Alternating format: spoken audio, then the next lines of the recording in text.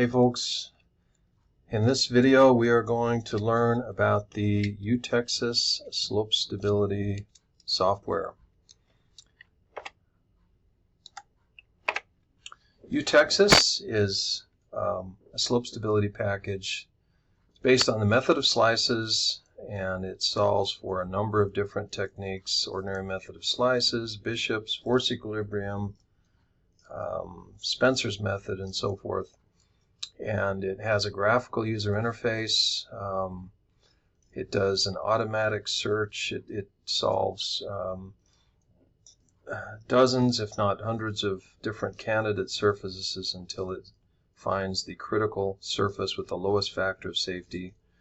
Very easy to set up a problem. You can have multiple materials, complex geometry, a variety of different strength parameters, and it will find the critical factor of safety for you very quickly.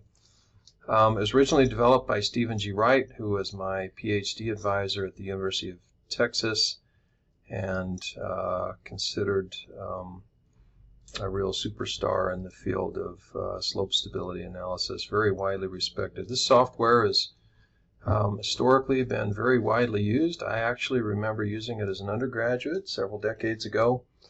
Of course, I used it in grad school. It's used, has historically been used pretty widely in industry.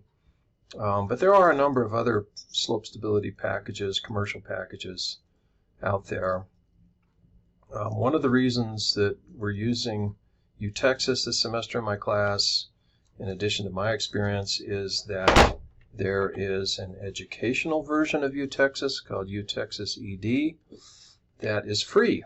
And why does he make it free? Because it has a limit on the different kinds of problems you can solve, and also the complexity of the problems that you can solve. It limits the number of profile lines, for example, that you use to define the problem geometry, the number of material properties, and so forth. But it turns out it works great for all of the problems that we would want to encounter this semester. We're learning, so we're going to do fairly simple problems, and it works great for that, and it's free, so here we go. Now, the main feature of utexas and most slope stability software, I should add, is that the geometry is defined through a series of profile lines. Now, first of all, you may have some limiting depth, a rock or bedrock foundation at some depth, and you don't need to define a profile line for that. But let's say you have some material above that. You could define a flat profile line like this by defining 2 points, the point on the left and the point on the right, by defining the x and y coordinates, and then you associate a material with that, and then everything from there down to your limiting depth is going to be assumed to be that material. And then let's suppose I defined a second profile line with 3 points, this point, this one, and this one, and a material. Then everything from there down to the next set of line or set of lines is assumed to be that material, and so forth. I go from the bottom to the top. My third one is 1, 2, 3 points and a material, and I end up with this geometry shown here. Now, inside utexas, in the full version of utexas, you can point and click to create points, but in the educational version, the profile lines are entered through this dialog. It's a simple table. You can cut and paste from Excel, and so it works out great. Each tab is for a different set of profile lines, each of which can have a maximum of 6 points. And you set up your local coordinate system, define your geometry, and paste that in. Then for each of the profile lines, you have a material. In this case, 3 profile lines were entered, so there are 3 tabs for the materials. Each material has a unit weight and a set of shear strength properties. The default is conventional, more Coulomb failure envelope with a cohesion and a friction angle. And then there are some, you can assume pore pressure options as well, and the default is to use no pore pressures or total stress analysis. And by the way, if you're doing a total stress analysis, you give it a cohesion and then you put in 0 for the friction. And that's how you define an undrained strength. So for unit weights, we generally just use total unit weight. Don't be tempted to use a buoyant unit weight if it's underwater. We just use total unit weights and specify external water pressures as distributed loads. For the shear strength, we have 3 different methods: conventional C and phi, a C over P ratio, and a non-linear Mohr Coulomb envelope. The conventional Mohr Coulomb envelope is the one we've seen. It's either C and phi or C prime and phi prime,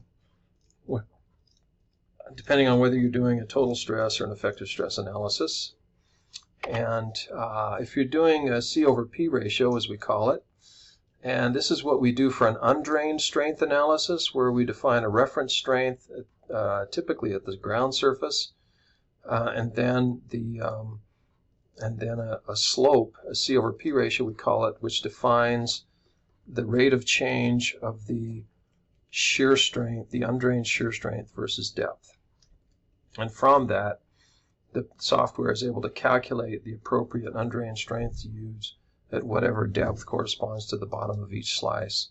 And so we enter a datum, y naught, which is, and then a reference shear strength, S sub 0, and then this term here, which is again sometimes called the C over P ratio. C for cohesion and P for pressure, which is a function of depth. And then you can also do a non-linear Mohr Coulomb failure envelope. Our Mohr Coulomb envelope from our laboratory tests is not always linear. Sometimes it's non-linear. And you just define this by a series of shear stress and normal stress pairs, which define the points along this line. That's not used very much. And then for the pore pressure options, the default is no pore pressure, which we use for dry conditions or a total stress analysis. Or if it's an effective stress analysis, we can use an RU coefficient or a piezometric line.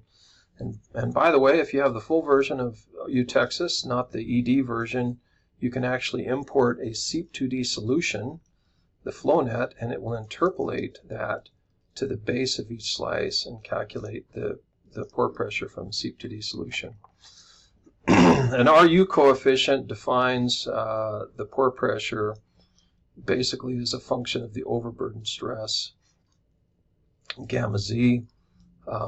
That's not used very much, but it's a simple way to define pore pressures. It's much more common for an effective stress analysis to define a piezometric line.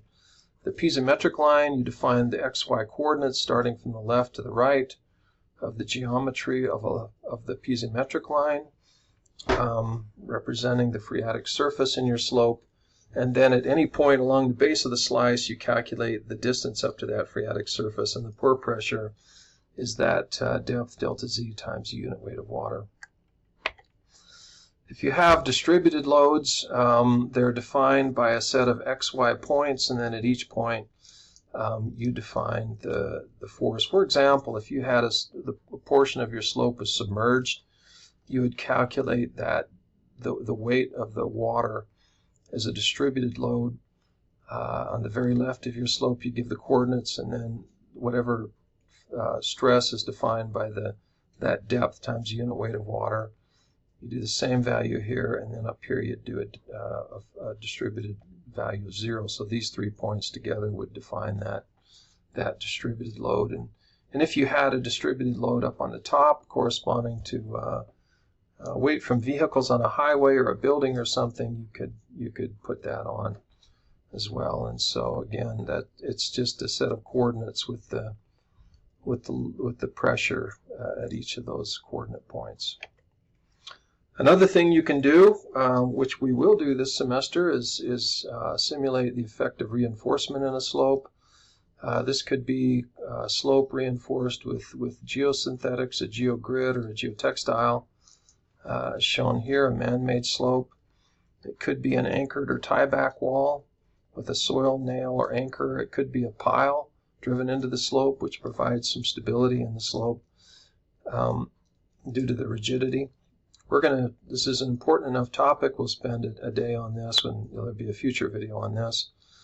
And in this case, for each of these reinforcement lines, you give a series of XY coordinates, and then at each point along that reinforcement, you define a longitudinal force and a transverse or shear force. The shear force can be 0 if it's a flexible material. If it's a stiff material, you may give it a non-zero shear force. And when you're defining the axial forces, tensile forces are positive. And again, we'll go into more detail about how you go about determining what kind of longitudinal and transverse force to enter to define your reinforcement when we get to our lecture on reinforcement lines. Finally, once you have the geometry, material properties, piezometric line, reinforcement, and you pick your analysis options. The default is an automatic search with circles, and so in this case, you give it the x and y coordinate of the center of the starting circle, and then the elevation of the bottom of the starting circle. You can also give it a maximum depth, so this would be the depth below this would be based on your coordinate system, the elevation below which no circles are allowed to pass. And that defines your starting circle, and then what it does is once you run the analysis, it solves once for that circle, then it starts moving that circle around. It can try dozens of circles very quickly, and it keeps searching until it finds what it believes to be the circle with the minimum factor of safety, and it presents that as a solution. It also shows you a little diagram showing all of the circles it tried. It's kind of interesting to look at and see how many it does, and to make sure that it fully explored the geometry of the site, because if not, if you have any doubt, you can restart it with the starting circle at a different location. You can also do an interactive manual search. In this case, you click on above the slope where you want a circle to be located, and then it tries various different radii of that circle and prints the factor of safety. It's not terribly practical. An automatic search of circles is typically what you want to do, but it's kind of fun to explore and see what happens as you try different circle locations. And then you can do either an individual non-circular slip surface or an automatic search with a non-circular slip surface. And if you select either of those two options, then, in this dialog, you will enter the coordinates from left to right of your non-circular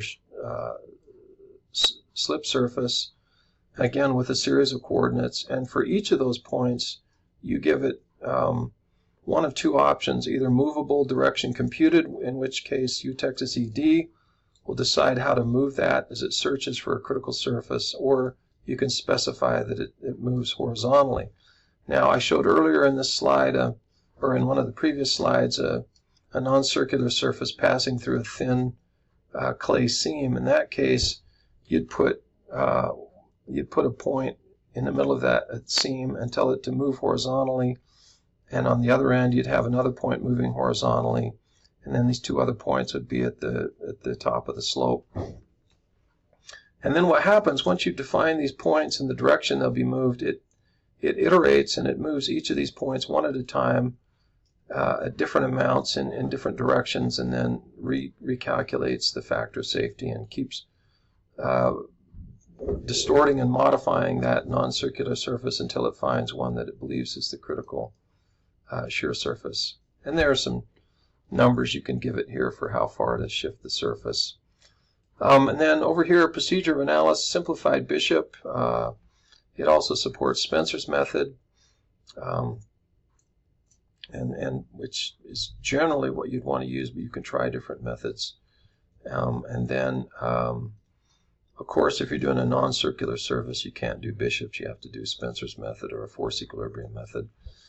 And in both cases, you can do a tension crack. We're going to talk more about tension cracks in one of our later examples. But again, once you get everything defined, you hit OK, and in a few seconds it will find the critical factor of safety, the critical surface, and display those results graphically.